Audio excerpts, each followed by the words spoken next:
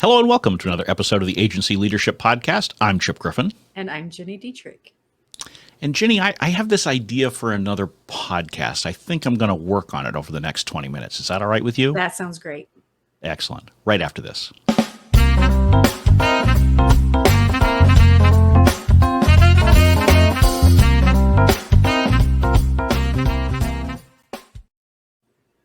So before we start, I have to ask you, was it Jen who found the still of me rolling my eyes at you?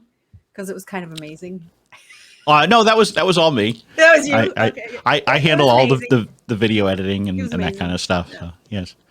Well, I thought it was. I thought we're talking about the thumbnail for, as we're recording this, the most recently published episode of the podcast, and I do try to have some fun with the thumbnails, and I've tried to give myself as many funny looks as Ginny, but unfortunately, that one though is it should go on the homepage because it's pretty indicative of how things go here. Yes. I mean, you talk and I roll my eyes. Right, and that's how I captioned it. Is she rolling her eyes at the idea, or at what I said, or just at me generally? You have no idea. Yeah, but it's a good default look. So, anyway, we're going to go to one of your favorite eye-rolling places today, Ginny. Oh yes, I love the Reddit. We're going to the well of all knowledge and accuracy. Reddit. I do not love the Reddit. The agency subreddit. Oh. And today we have an agency employee who is asking a question. And he or she writes, "Hey all, I work at an agency under a holding company and we are asked to report outside business. I have a business idea I want to pursue and would honestly be useful as an internal platform, as part of me wants to approach leadership and report it, ask permission to pitch internally for support, but I'm a bit scared, I guess. I've had bad experiences." And then he asked, does anyone else have an experience or advice? And, if you've got your own idea, what should you do? So this is, I think, a good topic because our listeners may be approaching this from either angle. There are some of you who are listening. Maybe you're thinking about starting your own agency. Maybe you're doing a little freelance work on the side while you're working for a larger agency. And so you're wondering how to handle that. Or if you own your own agency already, you may be thinking about how to handle employees who are either already doing this or how to protect yourself in the event that they do in the future. Yeah, I actually believe in allowing people to do what they want on their own time. And so in our contracts, and one of the conversations we have in the interview process is, hey, listen, if you want to do freelance work on the side, that's fine. It just can't compete with any of our clients, and it can't be work that would compete with us as an agency. Yep. And we are pretty clear about what that looks like, and we talk it through, and then it's also in the contract. So I know that we're not we're a little more lenient when it comes to that than most agencies, but if someone wants to write a book about PR in their own time, okay, great. I'm happy to provide a review for you. Those kinds of things I think should be talked through. When I read this at first though, and I read the comments that pretty much say, don't say anything. I was like, when you work for a holding company, that's a little scary because it's not just Ginny Dietrich who's like, yeah, that sounds great. Or no, you can't do that. And here's why, right? It's a little bit different, but, I think there's a bigger issue at play here, which is, what does your employment contract say? And from an agency owner perspective, what's in your employment contracts that allow or prevent employees from doing these kinds of things? Right. And I think that, my philosophy is very similar to yours. I'm very much of the mindset that as long as you're not doing anything that's going to directly harm my business, I want you to have the freedom to do things and explore things and all that. So I've got no issue with that. However, I do have an issue if you're going to be doing freelance work for someone that might be a good fit for my agency. Absolutely. Right. So if it's the same client or type of client that I'm pursuing as an agency, no, I don't want you working for them. But if I service, folks for public affairs and you want to do freelancing for some local charity, cool, great. I've got no issue with that because there's clearly no competition to be had there. And as long as you're getting your job done well for me, more power to you. Yeah. And I think the other thing you should be thinking about, and this is something that I ran into when I left my agency job to start my own, is you can't take clients with you. So don't be soliciting our clients, and make sure that that's clear in the employment contracts too, because most of your employees will leave. If they leave to start their own something, it will be to start an agency. Most there are going to be some that have a tech idea, a software idea, but most people will leave to start their own agency. So you got to protect yourself from that perspective as well. Right. And so, one of the things that you want to make sure that you're having your new employees do is sign non-solicitation agreements. That is probably the most important document. Non-competes are pretty much pointless these days. Most states don't let you enforce them, and they're very difficult to enforce. But non-solicitation is pretty straightforward to enforce, and I'm not aware of any states or countries that prohibit those kinds of agreements. So certainly make sure that you have those in place. And actually, we have a relatively recent episode of the Small Agency Talk Show where Sharon Torek and I discuss some of these agreements for employees and what you should or should not do. So I would encourage you to go listen to that. And if I'm smart enough, I'll include You'll link to the it, show notes. Yeah. If I'm smart enough. So just go to smallagency.tv and you can find it there. That's probably the safer bet. Yeah. Because you probably forget. Yes. But I do like listening to my voice, so maybe I will hear myself saying this in the future and go back and add it. Add it later. Anytime. Yep. But so do make sure you do that. And so, but if you're doing something on your own, if you're working for a larger agency and you're thinking about starting your own business, there are some key things that you need to be thinking about to protect yourself. And so some of those things are make sure that you're not using any agency resource for any of these outside business ideas. So that means that if you are working on your own side hustle, you should really be using a separate computer, a separate phone, certainly a separate email address, particularly the email address, because your employer can look at that, right? And I cannot tell you the number of times over the years that I've had people doing side hustle type things that they shouldn't, that end up getting caught because they put it on a company email. And so you can just search for that and find it very easily, folks. So, but don't use any company resource, because if you're using a company resource, then they, and by extension, their lawyers, can claim that it's actually something they own. And this is even more important if you're building a website or an idea or software or something like that, that's not just an agency business. Yeah, I think that's a really good thing to remember. I have a really good girlfriend. This is not funny. It's funny, but it's not funny. Then this was 10 years ago. She emailed me about how angry she was at her boss, and he just deservedly so. He was being terrible, but she just let it all out on company email, and they read it, and they fired her. And she was like, and I was like, well, you can't. First of all, you shouldn't have put that in writing, and second of all, you shouldn't have sent it on the company email. But even more, even if you're using your personal email address, still don't use the company computer, and still don't use the company phone, company paid for phone, because even if it's your personal, they can still access that too. So I would say if you're doing any sort of side hustle and you've gotten approval for it, keep it all separate email, separate phone, separate everything, separate Slack, separate texting, all of that kind of stuff, and just protect yourself so that you have the firewall in between the two. Yeah, and I will tell you, the first termination I ever had in a business that I was running was for someone who was using company resources to freelance for a business that could have been a competitor or could have been a good client for our business. Wow. And it was someone who we had discovered it previously through email. We had warned that employee, and they continued anyway. Wow. So, well, you just kind of deserve to be fired at that point. Nice and cut and dried on something like that. Wow. But I've had numerous instances over the years where I have had either my own employees or clients' employees who were doing that kind of thing. So it is not uncommon for people to be doing this kind of freelance work. And frankly, most people just end up using what resource they have in front of them, which is probably their company laptop, right?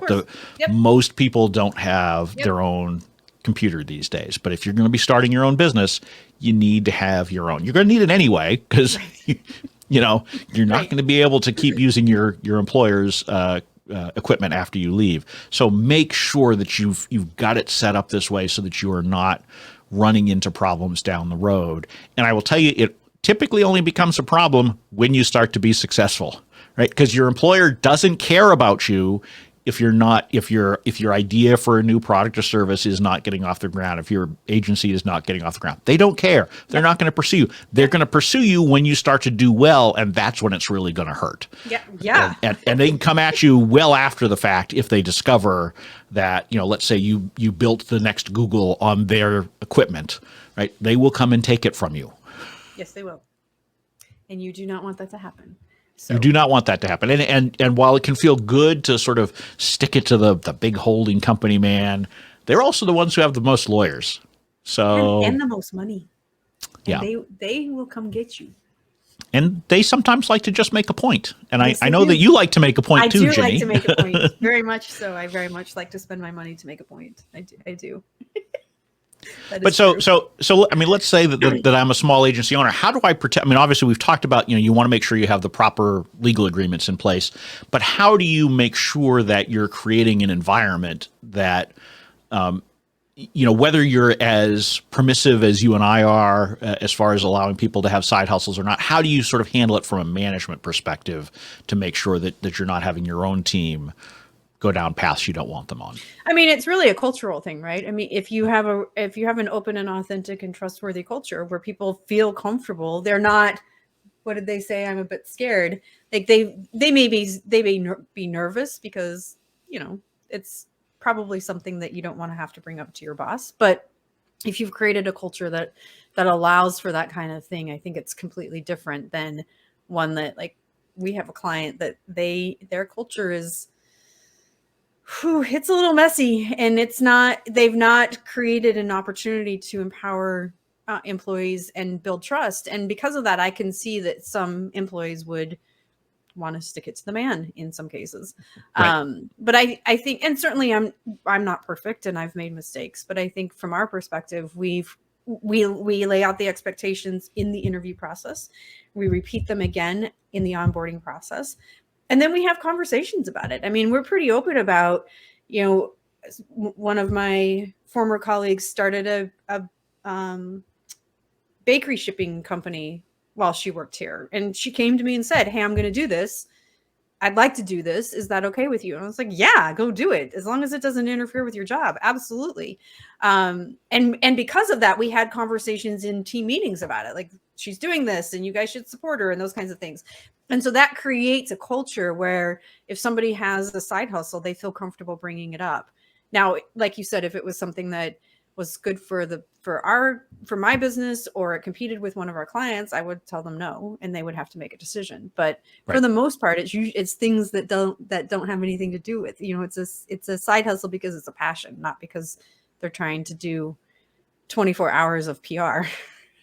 Right. Well, and I love that you say it's about culture and creating that environment, right? Because, you can deal with a lot of this through legal documents, but a good piece of it is making sure that you're clear about what your expectations are. So if you're permissive like us, that's great. Make that clear. Help them to understand that you're cool with it as long as it lives within these parameters. If you take a harder line and you're like, "No, I don't believe that you should be doing anything in this same sphere for which I'm paying you for because I don't know what we might get into in the future or whatever," that's okay too. You just need to be clear about that so that there aren't misunderstandings. And this is one of those places where your employee handbook is your friend. Your employee handbook should be very clear about what needs to be reported and what doesn't. And so some agencies will have a handbook that says you need to report any outside employment. And it doesn't necessarily say that you can't do it, but that it needs to be reported so that there's that opportunity for us to say, okay, no, I know you don't think that this is a conflict, but it is, and here's why. Right. And then, of course, you need to treat folks fairly if they do, right? Because you don't want to create an environment where people are afraid, as this individual is in this Reddit post, to report it because they're afraid you may shut them down arbitrarily. Right. You want to make sure that if you're going to shut someone down on something like that, there is a reason for it. And if you do that, then word will get around amongst your team. And if you're a small agency, your whole team talks to everybody else anyway. Right. There are no real secrets. And so you're better off to be in a position where they understand where you're coming from and how you're going to approach it so that there are no nasty surprises for either party down the road. I will tell you, and I'm just remembering this now, I worked for a large agency that had a holding company. And I very much loved to work for Williams-Sonoma during the holidays because I got discounts and free stuff. And I had to report that. And the first year that I did it, they had no problem with it. The second year I did it, they were like, this is kind of interfering with travel and your ability to be on the road. And the third year they were like, you can't do this anymore. That kind of sucked because I didn't get my free Williams-Sonoma anymore. But I had, they put the hammer down and they said, listen, if you want to keep doing this, you can do it full time. You can't do it while you work here. And I was like, okay, no, I don't want to do it full time. Right.